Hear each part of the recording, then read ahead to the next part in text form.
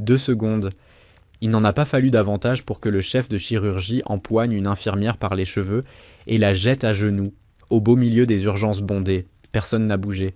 Les gobelets de café sont restés suspendus dans les airs. Un petit garçon au front ensanglanté s'est mis à pleurer. Derrière la vitre de la mezzanine, un homme en costume noir n'a pas même tressailli. Il a légèrement incliné la tête, presque curieux, comme s'il venait de décider qui ne passerait pas la semaine. Les genoux de l'infirmière ont heurté le carrelage. Un filet de sang a taché la planchette qu'elle tenait encore. Elle a levé les yeux, pâle, vide, étrange, et elle a souri. Avant que nous allions plus loin, restez avec moi jusqu'au bout. Ce que cette femme silencieuse accomplira dans les dernières minutes de ce récit, vous ne le verrez pas venir. La pluie tombait sur Silverport depuis 3 jours. Une pluie grise, obstinée, qui rendait l'Atlantique semblable à du béton mouillé. Tout au nord de la ville se dressait St. Catherine's Grace, 12 étages de calcaire et de verre plantés face au port. Le plus grand centre de traumatologie de l'État. Ce jeudi soir de novembre, chaque ambulance dans un rayon de 100 km semblait vouloir s'y engouffrer en même temps. Rachel Holloway a pointé à 18h52. 34 ans, 1m72, des cheveux blonds relâchés dans un chignon négligé. Ses yeux d'un bleu presque délavé trompaient souvent ceux qui la jugeaient trop vite, à la caisse du supermarché et parfois en salle de déchocage. Elle marchait comme toujours, sans hâte, sans traîner. En passant devant la loge, elle a salué Carlos par son prénom. Dure soirée qui s'annonce, a marmonné l'agent sans lever les yeux. Quand ça ne l'est pas, il a fini par la regarder. Son regard disait ce que sa bouche taisait. Faites attention ce soir. Elle lui a adressé un sourire bref, tendu, et a poursuivi son chemin. Les urgences étaient au bord de l'implosion. 22 lits, tous occupés, 4 brancards dans le couloir. Un tout petit hurlait du côté du tri. L'infirmière-chef, Delia Vasquez, a pratiquement jeté la tablette dans les bras de Rachel. « Dis-moi que tu es là pour 12 heures complètes. 12 heures pleines. Je t'aime. Je te donnerai mes enfants. Tu en as déjà 3, Delia. Je te les donne quand même. » Rachel a d'abord filé au box 19, un garçon de 12 ans, morsure de chien au visage, mère en pleurs dans le couloir depuis 40 minutes. Les autres sauraient attendre. Elle avait cette manière singulière de hiérarchiser, toujours vers l'enfant qui tremble, toujours vers la main qui cherche la sienne. « Comment s'appelait ton chien ?» a-t-elle demandé en préparant la seringue. « Rex. Je vais mettre un peu de produit pour engourdir. Je compte jusqu'à 3. »« 1. » Elle a la piqué sur 1, jamais sur 3. Les enfants se crispent sur 3. Elle l'avait appris dans un village près de Kandahar, sur un gamin du même âge. Elle avait ramené la leçon comme un caillou dans sa poche. La porte du box s'est ouverte d'un coup. Le docteur Gregory Thorne remplissait le chambranle. 1m88, la carrure d'un ancien rameur universitaire qui en parlait encore à 51 ans. Cheveux poivre et sel, mâchoire taillée à la serpe, alliance qu'il tapotait contre les dossiers quand l'impatience le gagnait. Chef du département chirurgical depuis 17 ans. Intouchable. Holloway. Dr Thorne. Elle n'a pas levé les yeux. Ses mains continuaient leur ouvrage. Je vous bipe depuis 10 minutes. Je suture. J'ai besoin de vous au bloc 2. Le bloc 2, c'est Morales. Le bloc 2, c'est qui je décide. Terminé et monté. Elle a noué le dernier fil d'un geste net. J'y serai dans 6 minutes. Vous y serez dans 3. Il était déjà reparti. La mère d'Ethan dévisageait la porte comme si un raton laveur venait de la traverser. Il est toujours... Oui, a coupé Rachel. Respirez, madame. Encore un point, Ethan. Tu t'en sors à merveille. Elle ignorait encore qu'à 2 heures de là, dans ce même hôpital, 2 secondes suffiraient pour faire basculer sa vie. Le bloc 2 n'en était pas vraiment un. Thorne voulait Rachel en salle d'observation, près du second bloc traumatologique, où un patient arrivé d'un tonneau sur l'autoroute monopolisait 3 chirurgiens, 2 anesthésistes et un interne prénommé Brandon, qui avait déjà pleuré dans le placard à matériel 2 fois cette semaine. Rachel s'est lavée, gantée, habillée. À peine ses mains glissées dans le latex, Thorne a commencé à parler. Pas à elle, à son sujet. Enfin, tout le service attend madame, évidemment. Si le conseil d'administration disciplinait les infirmières comme il discipline les médecins, peut-être qu'on... La pression chute. a coupé l'anesthésiste d'une voix plate. Je sais lire un moniteur, merci. Rachel s'est placée à gauche du patient.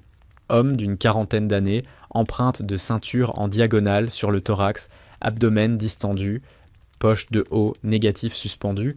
Elle a tout enregistré en 2 secondes et s'est fondue dans le rythme, anticipant chaque geste de Thorne, glissant l'instrument dans sa main avant qu'il tende la paume. Pendant 26 minutes, seuls les chiffres ont circulé. Elle a repéré un saignement qu'il n'avait pas vu et l'a désigné d'un petit doigt. Là, je le vois. Merci. Il ne le voyait pas. Maintenant, oui. Le patient est parti en réanimation vivant, ce qui tenait du miracle. Rachel arrachait déjà ses gants quand Thorne a prononcé son nom. Holloway. Elle s'est arrêtée. Il a laissé le silence durer 1 seconde de trop. Vous m'avez corrigé. Devant un interne. Brandon était au pied de la table. Il ne le voyait pas non plus. Ne refaites plus jamais ça. Elle s'est retournée, a soutenu son regard. D'accord, Dr. Thorne. Il a cherché l'insolence qu'il pressentait sans parvenir à la saisir. Puis, il a souri. Ce sourire que Toussaint Catherines connaissait, celui qui avait poussé 2 infirmières à démissionner et une 3e à se réfugier en pédiatrie. Retourner sur le terrain. Elle est retournée sur le terrain. Il était 21h14 quand ça s'est produit. Rachel remplissait un dossier au poste central quand le tri a appelé. Douleur thoracique, femme de 68 ans, pâleur, transpiration, fille au volant. Elle a attrapé un fauteuil roulant et rejoint l'entrée des ambulances. La patiente avait les lèvres couleur d'hématome. Infarctus en cours, box 3, tout de suite, ECG, 12 dérivations, et prévenez la salle de cathétérisme. Elle l'a transféré sur le brancard, posé les électrodes, piqué la veine du premier coup, ce qui, sur une femme de 70 kilos en plein infarctus, n'est pas rien. Elle lisait déjà le tracé, su décalage franc en inférieur, lorsque Thorne a fait irruption et s'est figé au pied du lit. Qui a posé cette voie? Le protocole, Dr. Thorne. Instémie. Je ne l'ai pas prescrit. Vous n'étiez pas là. Pardon? Rachel a relevé les yeux. Cela comptera plus tard. Elle le fixait lorsque tout a basculé, et la caméra au-dessus du poste central avait un angle parfait sur leurs 2 visages. Le bureau du coroner finirait par récupérer ces images. « Cette patiente fait un infarctus », a-t-elle dit. « J'ai suivi le protocole. Appelez la salle de cathétérisme. »« Souvenez-vous, » a-t-il murmuré, « à qui vous parlez ?» La patiente a gémi. La fille sanglotait. Le moniteur hurlait un rythme que Rachel n'aimait pas du tout. Dr. Thorne.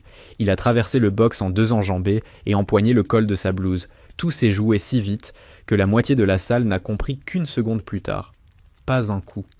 Pas une bousculade. Simplement, son poing refermé sur le tissu, tirant Rachel en avant, et son autre main, remontant, saisissant les cheveux à la nuque, défaisant le chignon d'un geste brutal. Pendant 2 secondes pleines, le chef de chirurgie a tenu une femme par le cuir chevelu au milieu des urgences. Tout s'est arrêté. Une pompe à perfusion continuait de biper. Quelqu'un a murmuré « Mon Dieu !» Delia, au poste central, s'est levée si brusquement que son fauteuil a roulé contre le mur. Rachel n'a pas bougé. Ni esquive, ni résistance, ni main levée. Son corps s'est simplement arrêté.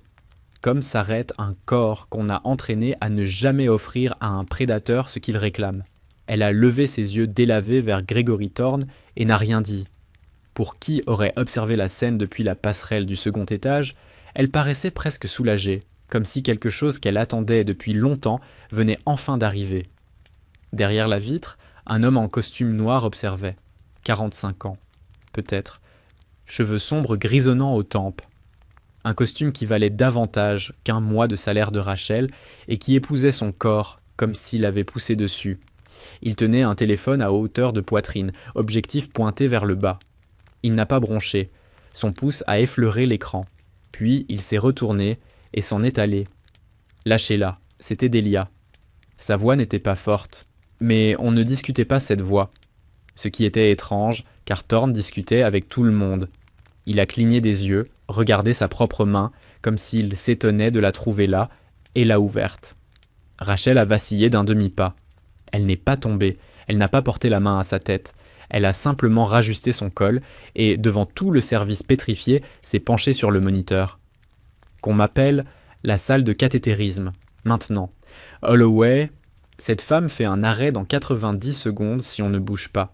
Appelez, ou je le fais. Et ensuite, nous parlerons de ce qui vient de se produire. Il l'a regardé. Il a regardé le box. 22 visages le regardaient. Appelez-les, a-t-il lâché à l'interne. Et il est sorti. La patiente a survécu. Cathétérisme à 21h22. Occlusion de la coronaire droite à 90%. 20 minutes de plus, elle devenait un cas d'école. Rachel est restée avec la fille jusqu'à l'arrivée de l'équipe de transfert. Puis, elle s'est enfermée dans la salle de pause, s'est laissée glisser contre le distributeur et a compté 4 minutes d'eau au métal froid. Elle ignorait encore que, pendant ces 4 minutes, Gregory Thorne montait à l'administration, engageait une procédure disciplinaire contre elle. L'email est tombé à 6h04 du matin. Rachel était rentrée chez elle dans le petit 2 pièces de Maple Street qu'elle avait acheté avec son pécule de démobilisation. Oscar, le chat, pétrissait sa poitrine. Elle fixait le plafond depuis 1 heure, 3 paragraphes signés des ressources humaines.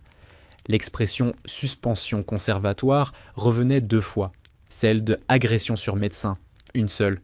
Elle a relu 4 fois, puis elle s'est levée, a fait du café, nourri Oscar et s'est assise à la table de cuisine. Son téléphone a vibré. Delia.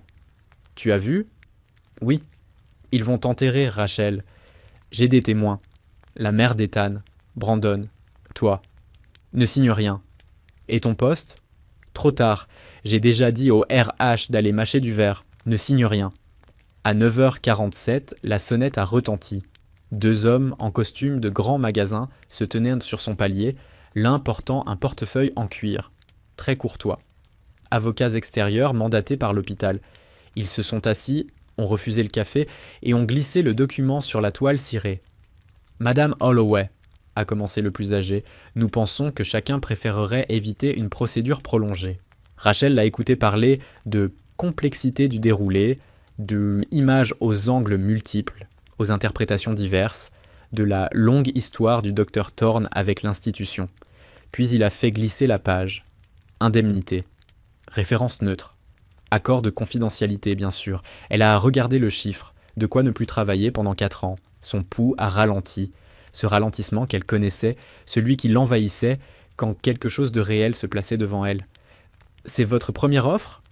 Le plus jeune a émis un petit bruit dans la gorge. L'aîné n'a pas cligné. « C'est une offre solide. Si c'est votre première, veuillez partir et revenir avec la vraie. » Ils sont partis. Sur le seuil, l'aîné s'est retourné. « Prenez le week-end. Les chiffres comme celui-ci ne restent pas sur la table indéfiniment. » Elle a refermé la porte, s'est laissée glisser contre le battant. Oscar s'est faufilé entre ses chevilles. Pour la première fois depuis la veille, elle a expiré jusqu'au bout. Elle a failli signer. Elle l'admettrait plus tard, à une seule personne. Son frère Daniel était malade là-bas, dans le Montana. Elle avait un emprunt, une Toyota qui réclamait une transmission neuve, et cette petite voix raisonnable qui disait « Pars, tu as fui pire que ça, tu as 34 ans, tu as le droit d'arrêter de te battre. » Le téléphone a sonné. Numéro inconnu. Elle a laissé passer 2 sonneries. « Allô ? Rachel Holloway ?» Une voix d'homme, grave, posée, un accent de la côte est, gommé. « Qui est à l'appareil ? J'ai les images non montées, les 4 caméras. Box 3, poste central, couloir, passerelle du second étage. Il s'apprête à livrer une version tronquée. Cette version ne jouera pas en votre faveur. Silence. Comment avez-vous eu ce numéro ? De la même manière que j'ai eu les images. Madame Holloway, je vais vous poser une seule question. Répondez honnêtement. Allez-vous signer leurs papiers ? Elle a regardé le portefeuille sur la table. Je n'avais pas décidé. Décidez maintenant. Qui êtes-vous ? Quelqu'un qui se trouvait dans le bâtiment hier soir, au second étage. Son estomac est tombé de 15 cm. La passerelle, l'homme en costume noir. Oui ? Que voulez-vous ? Que vous ne signez pas. Pourquoi ? Parce qu'ils ne vont pas se contenter de vous licencier, Madame Holloway. Ils vont s'assurer que vous ne retravailliez jamais en médecine. Et je ne crois pas que le pays puisse se permettre ce gâchis. Pas avec votre dossier. Sa main s'est crispée sur le téléphone. Vous connaissez mon dossier ? Je connais votre dossier. Sergent-chef, personne ne l'avait appelé ainsi depuis 4 ans. Personne à Saint-Catharines ne le savait. Pas même les RH. Elle avait écrit « ancienne infirmière militaire » sur sa candidature. Rien de plus. Les détails de ce qu'elle avait accompli entre Helmand et son retour étaient classifié à un niveau que la plupart de ses collègues n'auraient pas même pu consulter un bonjour. « Qui êtes-vous » ? « Nathan Cole.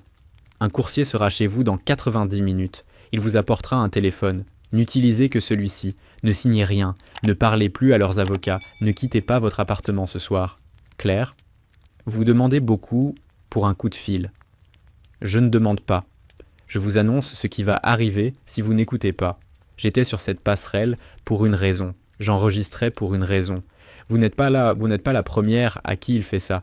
Et vous n'êtes pas la seule chose qu'on enquête dans ce bâtiment. Il a raccroché. Rachel est restée longtemps assise sur le carrelage. Le café a refroidi. Oscar s'est endormi dans son giron. À un moment, elle s'est aperçue que ses mains tremblaient. Ce tremblement fin, discret, qu'elle n'avait plus ressenti depuis sa seconde mission. À 11h18, le coursier a sonné. 3 minutes après son départ, alors qu'elle venait d'allumer le nouvel appareil, toutes les télévisions de Silverport ont interrompu leur programme de la mi-journée. Bandeau rouge, vue héliportée d'une autoroute. Flash. Convoi militaire impliqué dans un carambolage sur l'I-85. Victime rapportée. Rachel a compté les véhicules. Elle a reconnu ce qu'elle voyait. Le nouveau téléphone a vibré. Un unique message, signé NC. Vous n'étiez pas censé être impliqué ce soir. Désolé. Tout va être redirigé vers Saint-Catharines. Votre suspension n'a pas encore été enregistrée au registre de l'État. Si vous franchissez ces portes dans les 30 minutes suites, légalement, ils ne peuvent pas vous en empêcher. Puis un second message. Rachel, ils ont besoin de vous. Elle a fermé les yeux. Elle a pensé au portefeuille sur la table, à Daniel dans le Montana, au gamin de Kandahar sur qui elle avait compté jusqu'à 1, à Ethan, à Delia qui s'était levée si vite, à la main de Thorne dans ses cheveux, et à ce rectangle pâle de soleil matinal qui avait failli, vraiment failli, la convaincre de signer. Elle a ouvert les yeux, elle a enfilé sa veste, et elle a pris la route. Elle est arrivée au sas des ambulances à 12h09. La pluie tombait à l'horizontale. 3 ambulances déchargèrent déjà, une 4e grimpait la rampe, et le battement sourd d'un hélicoptère médicalisé se devinait au-dessus du toit. Les portes se sont ouvertes, et l'odeur l'a frappée. Sang, gazole, laine humide, et ce cuivre chaud si particulier des catastrophes de masse qu'elle avait respirées dans 3 pays, et qu'elle retrouvait à présent dans le sien. Delia l'a repéré en premier. Son visage a fait quelque chose de compliqué. « Rachel, tu ne peux pas... » « Suis-je suspendu au registre de l'État ?»« Quoi ? Au registre. Officiellement. Aujourd'hui. » Delia a consulté sa tablette. Les sourcils se sont froncés. « Pas encore. La paperasse est... Alors je travaille. » Rachel avait déjà arraché une blouse au distributeur, noué ses cheveux avec l'élastique de son poignet, scanné le box en un regard. C'était mauvais. 12 brancards dans un espace conçu pour 6. Un jeune homme à même le sol, faute de brancard. Du sang au plafond, au-dessus du box 4, détail que les civils n'enregistraient pas mais qu'elle classait pour plus tard. 2 urgentistes tentaient de mener 2 traumas, chacun, et échouaient. Quelque part, un soldat hurlait pour ses jambes. Quelque part, un autre ne produisait aucun son. Ce qui était pire. Thorne était au centre du box, il l'a vu. Sa bouche s'est ouverte. Rachel est passée devant lui comme devant un meuble. Elle s'est agenouillée près du jeune homme au sol. 20 ans peut-être, coupe marine, pansement compressif détrempé à la base du cou. Elle a contrôlé les voies aériennes, plongé 2 doigts dans la plaie, trouvé la carotide, clampé à la main. Pince Kelly, compresse, trousse de trauma à ma droite, quelqu'un sur ses jambes, elle a désigné un interne tétanisé à 1 mètre. Vous, voies aériennes, maintenant. Qui est-elle ? A bredouillé le jeune médecin. Elle est avec moi. A tranché Delia en se mettant déjà en mouvement. J'ai dit une pince. Tout de suite, quelqu'un la lui a collée dans la paume. Elle n'a pas regardé qui. Pendant 11 minutes, Rachel Holloway a accompli quelque chose que plusieurs personnes de ce box décriraient. Plus tard, séparément, sans se concerter, comme impossible. Elle a mené 2 box à la fois. Elle a trié 8 soldats, en passant simplement près d'eux, criant des couleurs. Elle a maintenu la pression sur une plaie thoracique avec son genou, tout en suturant un cuir chevelu. À la 7e minute, quand la tension du jeune marine a chuté, elle a enfoncé une aiguille intra-osseuse dans son sternum avec un perforateur que l'armée avait cessé de distribuer en 2019 parce qu'elle avait appris sur l'ancien modèle et que la mémoire musculaire ne s'oublie pas. À la 8e minute, un caporal en uniforme, du sang sur la manche, escortant ses blessés, s'est figé au milieu du box. « Madame ?» Il ne bougeait plus. « Madame, c'est une I au sternal de combat. »« Ouais. »« Madame, comment est-ce que vous... » »« Tenez-lui les jambes, caporal, je n'ai pas le temps. »« Oui, madame. » Il a tenu les jambes, il n'a plus quitté son visage des yeux. À la 10e minute, Thorne a tenté d'intervenir. Il a posé la main sur son épaule. « Holloway, vous êtes suspendu. Vous ne pouvez pas être... » Rachel n'a pas levé la tête du sternum qu'elle comprimait. « Docteur Thorne, je vous casse le poignet si vous me touchez encore. Reculez. » Elle avait dit cela sur le ton qu'elle prenait pour annoncer « Je compte jusqu'à 3 » à Ethan la veille au soir. Calme, plat. Il a reculé. À la 11e minute, les portes au fond du sas ont claqué. Air froid, pluie, bottes sur le carrelage, 4 hommes en treillis tactique, 2 en tenue de parade, un colonel en tête, cheveux grisonnants, poitrine constellée de rubans que les yeux de Rachel, par 4 ans d'habitude, ont lus d'un seul balayage. La lecture lui a figé les mains une demi-seconde sur le sternum du marine avant qu'elle ne reprenne. Le colonel a parcouru la salle du regard. Il a dépassé Thorne. Il a dépassé Delia. Il a trouvé Rachel. Il a avancé de 3 pas, s'est arrêté, et d'une voix qui a porté par-dessus tout le chaos, « Sergent-chef Holloway !» Les urgences se sont tues de cette manière particulière aux urgences. Les moniteurs continuaient de biper. Les pompes pompaient. Un bébé pleurait derrière le tri. Mais chaque voix humaine, chaque mouvement humain, tout s'est simplement arrêté. Rachel a terminé sa compression. Elle a tendu le perforateur au caporal sans regarder. Elle s'est redressée, a essuyé ses paumes sur sa blouse et s'est retournée. Ses yeux ont croisé ceux du colonel. « Mon colonel, je ne m'attendais pas à vous trouver ici. »« J'habite ici, mon colonel. » Il l'a regardé longuement. Puis son regard s'est déplacé, lent, délibéré, vers Gregory Thorne. Et pour la première fois depuis que Rachel connaissait cet homme, Thorne a pris la couleur du papier mouillé. Au fond du sas, derrière le colonel, un homme en costume noir a franchi les portes. Il tenait une enveloppe Kraft. Il a marché droit vers la responsable juridique de l'hôpital. Arrivé quelques minutes plus tôt, Rachel ne l'avait pas remarqué et, sans un mot, lui a tendu l'enveloppe. Elle l'a ouverte. Elle en a sorti une feuille. Son visage a fait ce qu'un visage d'avocate ne fait pas en public. L'homme en costume s'est retourné, a trouvé Rachel à l'autre bout de la salle et, un quart de seconde durant, lui a adressé un hochement de tête presque imperceptible. Puis il a regardé Gregory Thorne. Et il a souri. La main de Margaret Holbrook tremblait. Pas un frémissement. Un vrai tremblement, celui qui faisait battre le document comme une phalène contre une vitre. Elle a levé les yeux de la feuille à l'homme en costume, puis au colonel Bradley, puis à Thorne. Sa bouche s'est ouverte, refermée, sans produire un son. « Qu'est-ce que c'est, Margaret ?» a lâché Thorne. Sa voix avait encore du tranchant, mais par-dessous perçait autre chose, quelque chose de plus petit. « Grégory, il faut qu'on parle, maintenant. Je suis en plein. » Elle l'a saisi par le bras et entraîné vers le couloir administratif. Le colonel regardait toujours Rachel. « Combien de blessés, sergent-chef ?»« 18 en critique, 6 stables, 2 décédés avant arrivée, 12 envoyés au bloc, 2 en réanimation, 4 en attente d'évacuation sur Hartford. Aucun perdu, depuis notre prise en charge. » Il a hoché sèchement la tête. « Vos hommes ?» La question l'a désarçonné une seconde. « Ils ne sont plus mes hommes, mon colonel. » Aujourd'hui, si, le caporal qui avait maintenu les jambes du marine a fait un pas en avant. « Mon colonel, si je peux me permettre, madame a sauvé au moins 4 vies, peut-être plus. Elle savait exactement ce qu'elle faisait. » « Et vous en jugez comment, caporal ?» Le jeune homme a hésité un demi-temps. « Parce que je l'ai déjà vu travailler, mon colonel. Kandahar, FOB, Bastion. Mars 2021. J'avais 19 ans. Notre convoi a sauté. On a perdu notre médic dans l'explosion. Elle, il a désigné Rachel, elle m'a gardé en vie pendant 3 heures avant l'hôpital de campagne. Le silence qui a suivi n'avait plus rien du silence en patchwork des urgences. Il était cristallin. Rachel entendait son propre sang dans sa tête. « C'est exact, sergent-chef ?»« Oui, mon colonel. »« Vous avez quitté l'armée en 2022. Démobilisation honorable, pension complète, retraite médicale pour stress post-traumatique et blessure à l'épaule. Et pourtant, vous voilà dans un hôpital civil, aux urgences. Pourquoi ? La question pesait. 20 personnes écoutaient. Rachel a pensé à la vraie réponse, les cauchemars, la culpabilité du survivant, et le fait que le seul endroit où elle s'était jamais sentie utile était une pièce où les gens mouraient. Elle a pensé à la réponse prudente, une vague histoire de service.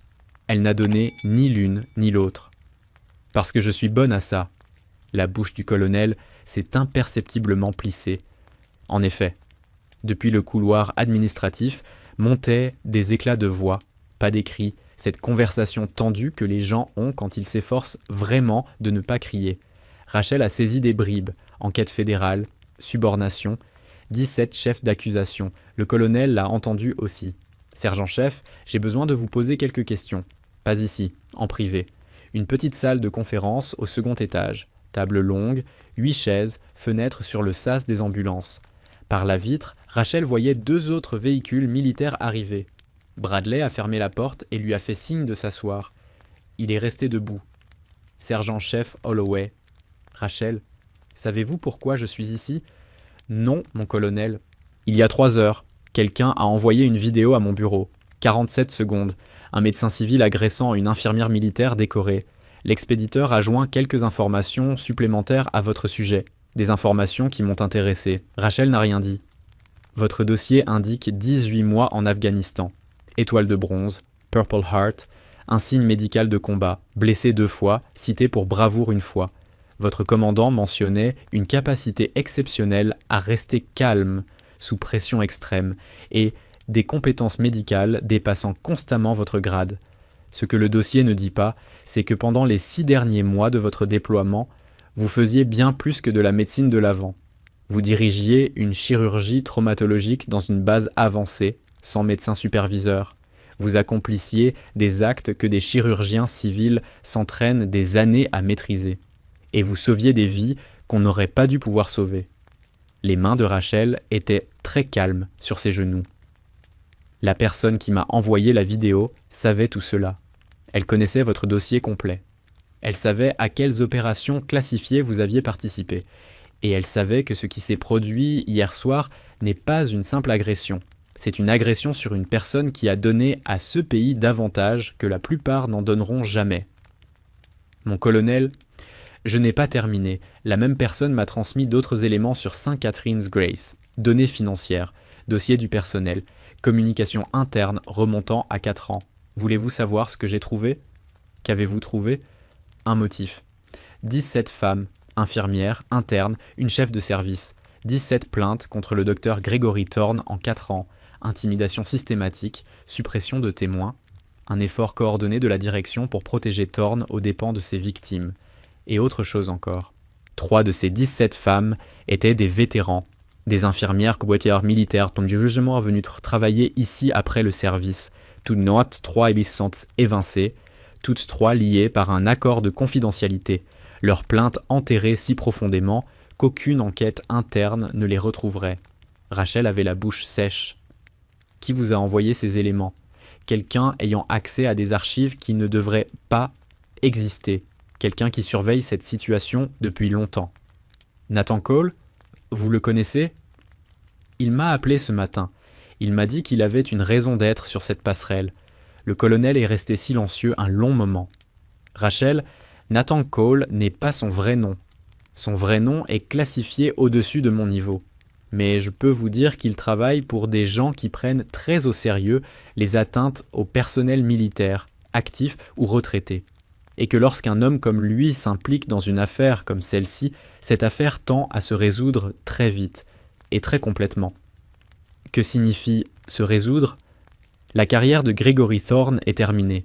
St. Catherine's va faire face à une enquête fédérale qui fera paraître leur fraude à l'assurance maladie comme une amende de stationnement. Et vous, que vous le vouliez ou non, vous êtes sur le point de devenir le visage d'une reddition de comptes très publique. Par la fenêtre, Rachel voyait arriver d'autres véhicules, des camionnettes de presse, 3 avec des paraboles et des équipes de tournage.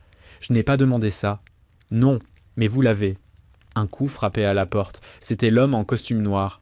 Il est entré, a refermé la porte et a posé son regard sur Rachel avec cette attention mesurée qui lui était propre.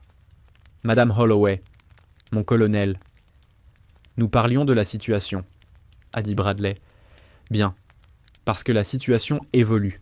Il a posé sa tablette près de celle du colonel. L'écran affichait un document dense. Il y a 30 minutes, le bureau du procureur fédéral de Hartford a déposé une plainte contre St. Catherine's Grace et le docteur Gregory Thorne. Les chefs comprennent violation des droits civiques, intimidation de témoins, conspiration visant à priver des personnes de leurs droits constitutionnels et, il a regardé Rachel, agression sur employé fédéral. Je ne suis pas employé fédéral.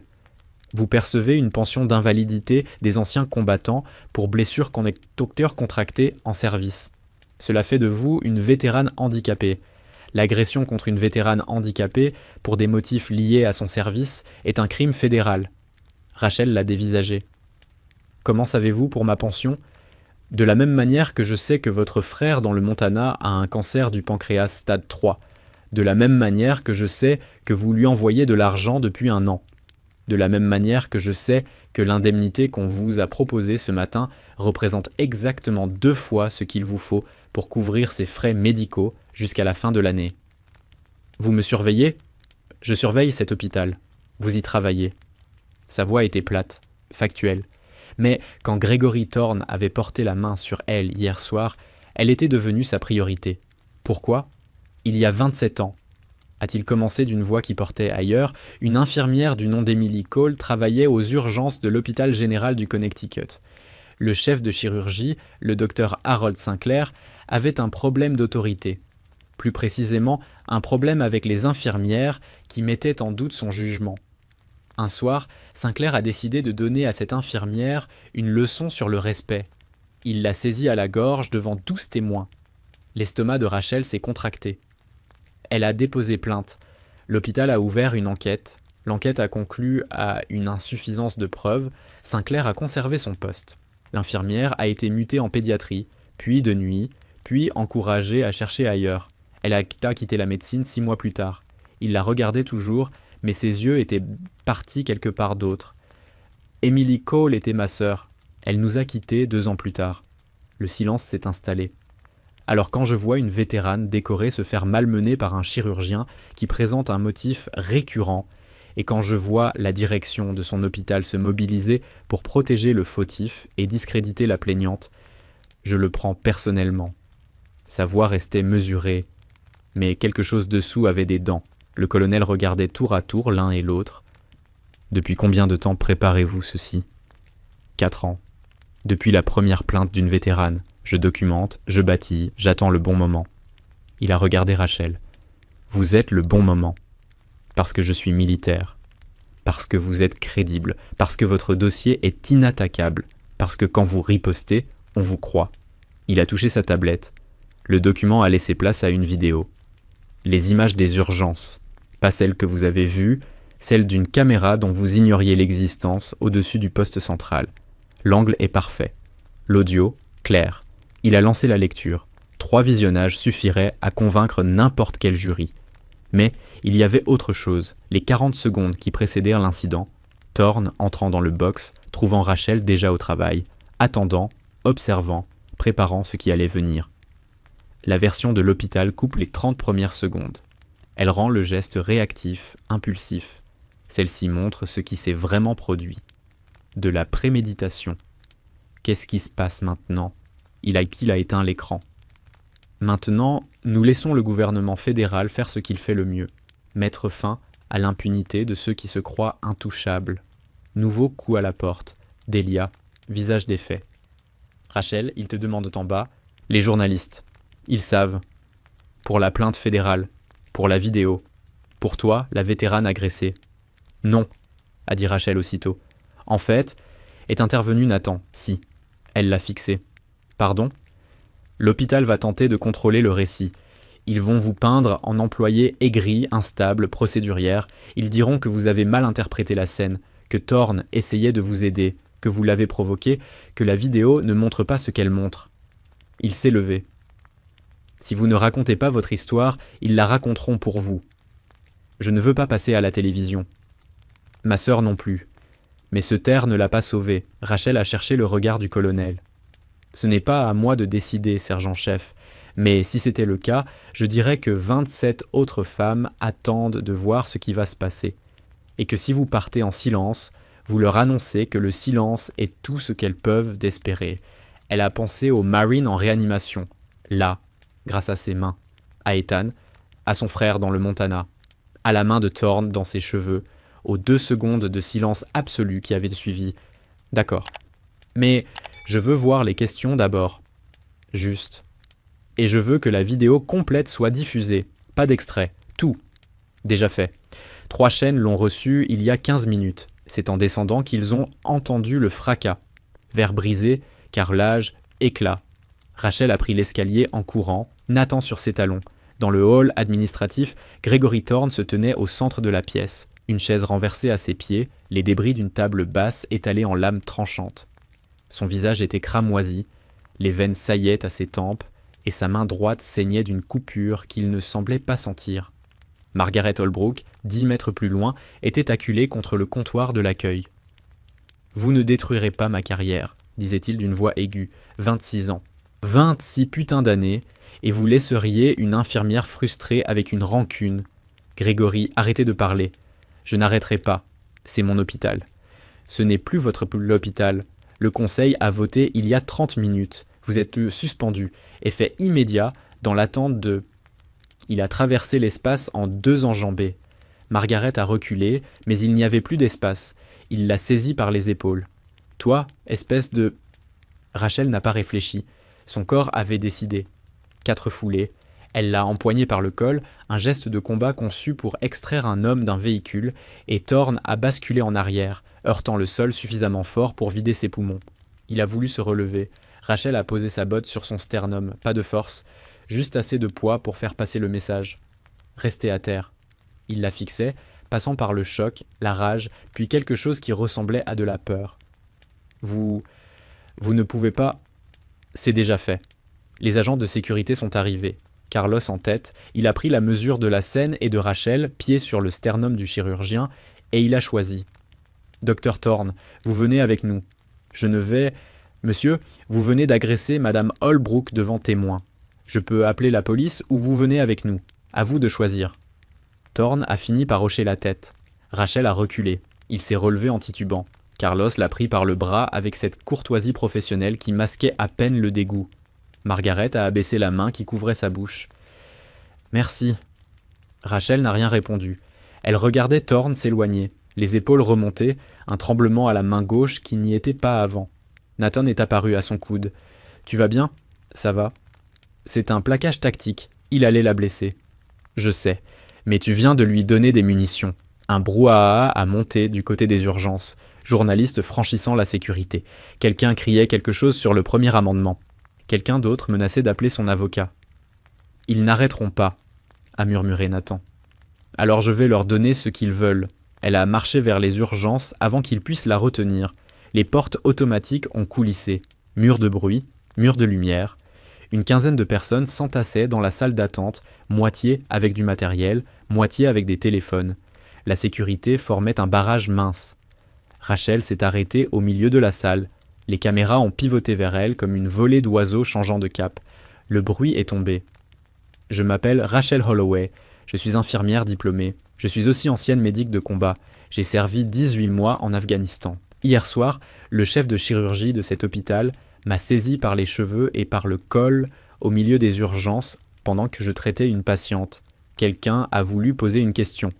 Elle a poursuivi. Je ne suis pas la première femme qu'il traite ainsi. Je ne suis même pas la première vétérane, mais je serai la dernière.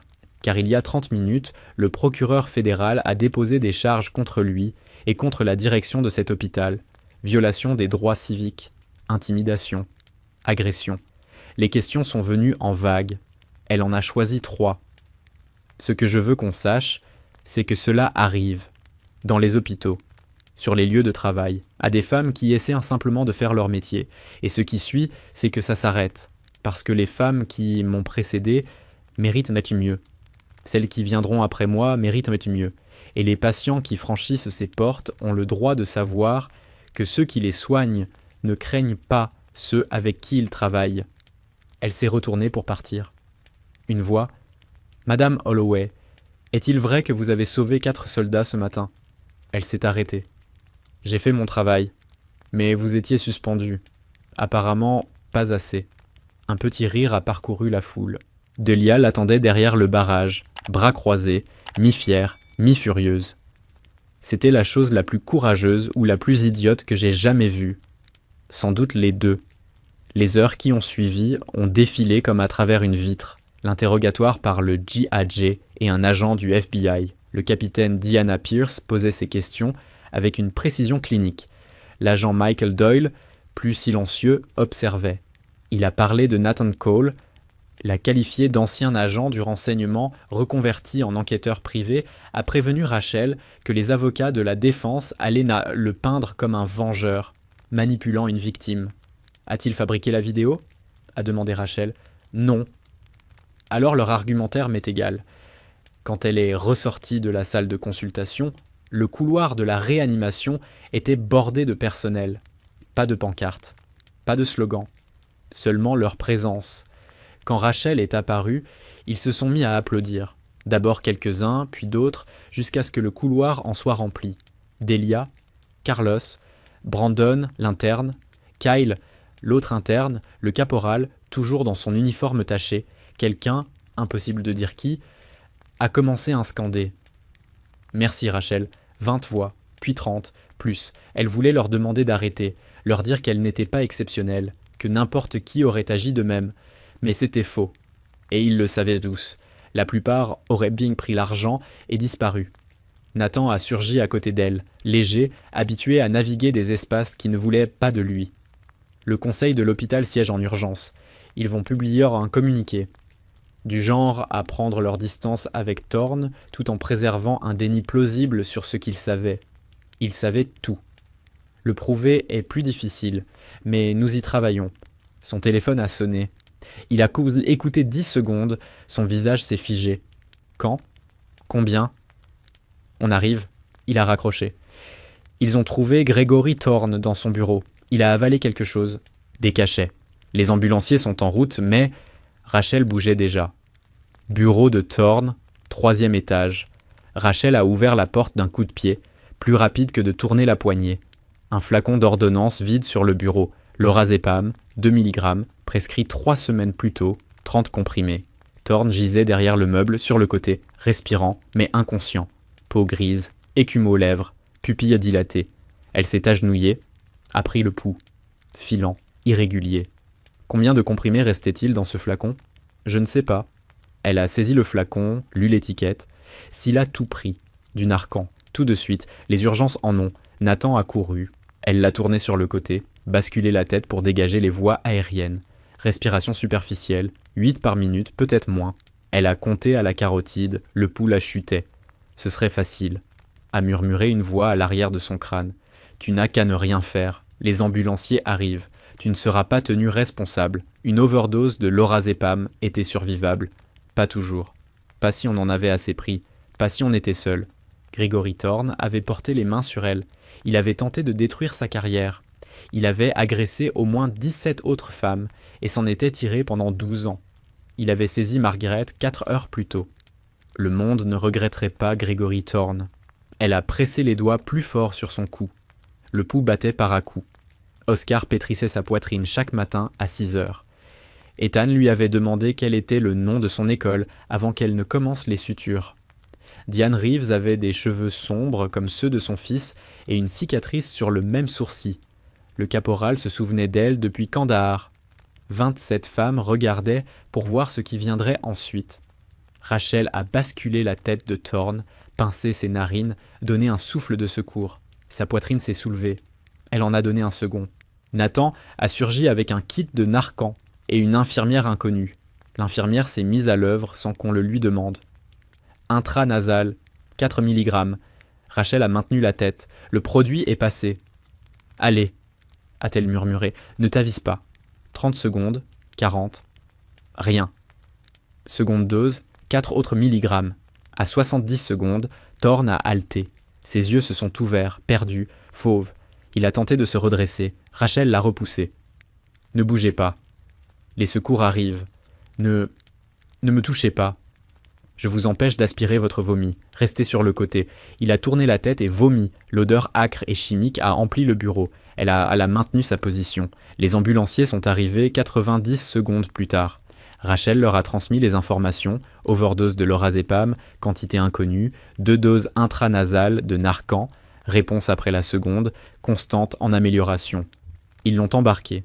Rachel s'est relevée, ses mains tremblaient. Nathan, adossé au mur, l'observait. « Tu l'as sauvé. »« Oui. »« Après tout ce qu'il t'a fait. »« Oui. »« Pourquoi ?» Elle a essuyé ses mains sur son pantalon. « C'est le métier. »« Ce n'est pas le métier. Tu n'étais pas de garde. Tu n'étais pas son infirmière. Personne ne t'aurait rien reproché. »« Moi, si. » Elle est sortie. Les semaines ont filé à vive allure. Les 14 autres victimes sont apparues, une à une, puis par groupe. Rosa Delgado, ancienne de 2019, Megan Foster, de nuit. Et le lieutenant-commandé Nicole Harper, en uniforme de la marine, qui avait quitté la profession après que l'hôpital lui eut suggéré une consultation psychiatrique pour stress post-traumatique. 14 mains levées quand Rachel a demandé qui voulait rompre son accord de confidentialité. « Nous avons besoin de quelqu'un à la tête, » a dit Rosa. Quelqu'un qu'ils ne pourront pas ignorer, quelqu'un qui soit encore debout quand tous les autres auront été mis à genoux. Nous avons besoin de toi. Rachel a accepté. Ce qui a suivi a été long, sale, méthodique. Les bureaux de Nathan Cole regorgeaient d'archives. L'enquête fédérale a mis au jour un serveur caché dans le bureau de Thorne.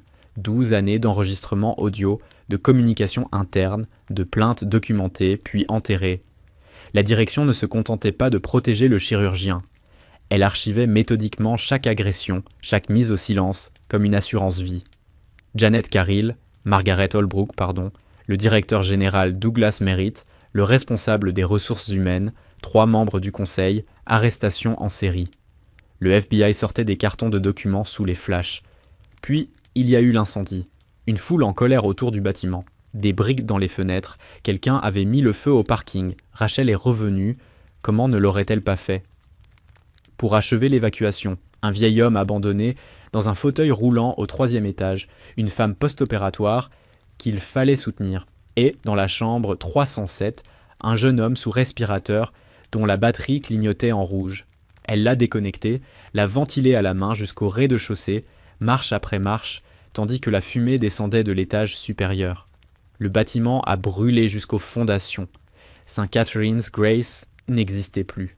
La mise en accusation s'est tenue au tribunal fédéral de Hartford. Thorne est apparu en combinaison orange, les poignets entravés. Il paraissait plus petit qu'avant, plus vieux, comme si quelque chose en lui avait été perforé et fuyait lentement. 17 chefs d'accusation.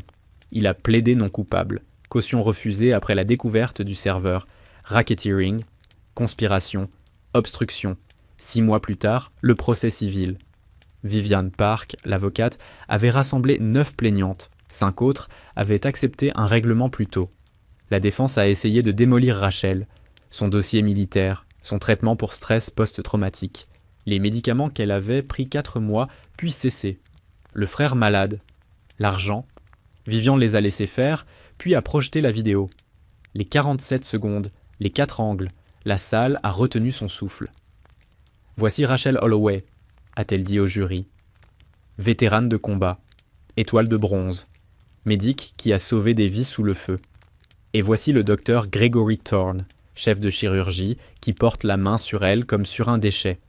La défense vous dira qu'il s'agit d'un moment de stress, qu'il était débordé, que Madame Holloway l'a provoqué. Regardez à nouveau, regardez comment il approche, comment il attend, comment il choisit son instant. Ce n'était pas du stress, c'était du pouvoir, et c'était un motif. Les 9 femmes ont témoigné, chacune son histoire, chacune ses cicatrices. La défense a tenté de les briser. Elle n'y est pas parvenue. 6 heures de délibération. La porte-parole du jury s'est levée. Dans l'affaire Holloway contre St. Catherine's Medical Center, nous trouvons en faveur des plaignantes. Nous accordons 4,2 millions de dollars en dommages-intérêts compensatoires, 40 et 1 million de dollars en dommages-intérêts punitifs à prélever sur le patrimoine personnel des défendeurs. La salle a explosé. Le juge a frappé le marteau. La porte-parole n'avait pas fini. En outre, nous recommandons que les conclusions du jury soient transmises au Conseil médical de l'État pour examen des licences détenues par tous les défendeurs et leurs superviseurs durant la période concernée. Traduction, tous ceux qui savaient et n'avaient rien fait allaient perdre le droit d'exercer. Dehors, Nathan l'a retrouvé près du parking. « Tu as réussi. »« Nous avons réussi. »« Non, ça c'était toi. » 2 semaines plus tard, au Pentagone, on lui a épinglé la Soldier's Medal à côté de son étoile de bronze, citation officielle, pour un acte d'héroïsme ne comprenant pas de conflit armé. Le sergent-chef Holloway s'est distingué par une action exceptionnellement valeureuse en prodiguant des soins sous des conditions dangereuses. La salle a applaudi. Pour la première fois en 4 ans, Rachel s'est sentie soldat à nouveau. Les caméras l'attendaient à la sortie. Elle s'est arrêtée à regarder l'objectif le plus proche. « Je m'appelle Rachel Holloway, je suis infirmière, je suis vétérane, et je ne vais nulle part. » Elle est ensuite venue à Washington témoigner devant la commission sénatoriale de la santé. La sénatrice Eleanor Grant l'avait sollicitée comme témoin d'ouverture, 90 minutes de déposition, puis la question qu'elle redoutait. « Madame Holloway, vous avez sauvé la vie du docteur Thorne après sa tentative de suicide. Pourquoi ?» Elle a levé les yeux vers les sénateurs, les caméras, les 8 autres femmes assises derrière elle. Parce que c'est le métier. Quand quelqu'un meurt devant vous, on le sauve. Même s'il vous a fait du mal, même si on le hait. On le sauve parce que c'est ce que font les soignants, c'est le serment. Certains diront qu'il ne méritait pas d'être sauvé, peut-être pas. Mais moi, je mérite de rester le genre de personne qui sauve les gens malgré tout. Ce qui m'est arrivé ne concerne pas un homme. Cela concerne un système qui l'a protégé. Et je ne pouvais pas laisser ce système me transformer en quelqu'un qui laisse mourir des gens, même ceux qui le méritent. Parce qu'alors, c'est eux qui gagnent. La sénatrice a hoché lentement la tête. Que diriez-vous à d'autres femmes dans des situations semblables ? Que ce sera plus dur qu'elles ne l'imaginent, qu'ils s'en prendront à tout, leur crédibilité, leur santé mentale, leur vie privée, qu'ils leur offriront de l'argent pour disparaître. Et si elles prennent l'argent, je les comprendrai. J'ai failli le prendre. Mais si elles choisissent de se battre, qu'elles sachent qu'elles ne sont pas seules. Il y a des gens qui tiendront debout à leur côté. Et cela compte. Ce qu'elles font compte. Daniel a appelé 1 mois plus tard, depuis le Montana. Les tumeurs rétrécissaient, 6 mois de plus, peut-être 1 an. Grâce à l'argent qu'elle lui envoyait depuis des années. Rachel, je suis fier de toi. Je sais. Elle a accepté le poste au Bayside Medical Center, le petit hôpital du Sud que Delia lui avait proposé. Bâtiment plus récent, fenêtre qui s'ouvrait vraiment, direction renouvelée, premier patient, un ouvrier du bâtiment avec un clou dans la main. Elle l'a retiré, nettoyé, pensé. Second patient, une adolescente en crise d'asthme. Aérosol, surveillance, parents prévenus. Au bout de 4 heures, elle avait retrouvé le rythme. Décision, geste, le sentiment d'être utile, la correspondance reçue restait nombreuse. Il y eut cette lettre, à l'écriture tremblante mais lisible, de Walter Benjamin, M.D., l'ancien chirurgien, 87 ans, l'homme du fauteuil roulant. Vous m'avez redonné 2 semaines avec ma famille. Vous m'avez rappelé ce que signifie servir. Ne vous laissez pas briser. Ne laissez pas ce combat vous rendre amer. Vous valez mieux que cela. Elle a plié la lettre, rangée dans le tiroir des choses importantes, à côté de ses papiers de démobilisation, à côté de la photo de ses parents. Les appels se sont succédés au fil des mois. 3 autres hôpitaux sous enquête, de nouvelles plaintes déposées. Une loi proposée, le Healthcare Worker Protection Act, imposerait des enquêtes indépendantes et des sanctions fédérales contre les représailles. Elle passerait peut-être, peut-être pas, mais peut-être. Un soir de juin, elle a roulé jusqu'à la plage, 30 km au nord de Silverport. Elle est sortie, a marché sur le sable jusqu'à ce que ses chaussures trempent. Les vagues avançaient, reculaient, son téléphone a vibré. Un message du colonel Bradley, Reeves, le marine, est pleinement rétabli, de retour en service actif. Il m'a demandé de vous remercier. Elle a répondu « Dites-lui de faire attention ». 10 jours plus tard, Delia l'a appelé à sa pause du matin. Café ? Elles se sont retrouvées dans le petit café 3 rues plus loin. Delia a posé son téléphone. Première garde ensemble demain. 6 heures. Ne sois pas en retard. Rachel a souri.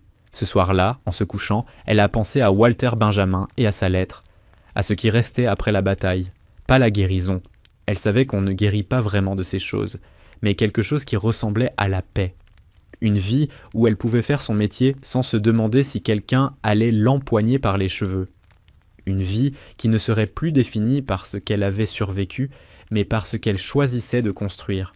Elle a réglé son réveil à 5 heures, elle a éteint la lumière. Pour la première fois depuis des mois, elle a dormi toute la nuit sans se réveiller une seule fois. Le lendemain matin, Rachel Holloway est entrée au Bayside Medical Center à 5h47, 13 minutes d'avance. Elle a pointé. Ilia a pris sa feuille de route. Ilia a commencé sa garde. Et elle a fait ce qu'elle avait toujours fait. Ce pourquoi elle avait été formée, ce pourquoi elle avait lutté pour conserver le droit de continuer. Elle a sauvé des vies, non par héroïsme, non par soif de reconnaissance, mais parce que c'était le métier, qu'elle y excellait et que personne ne lui retirerait ça.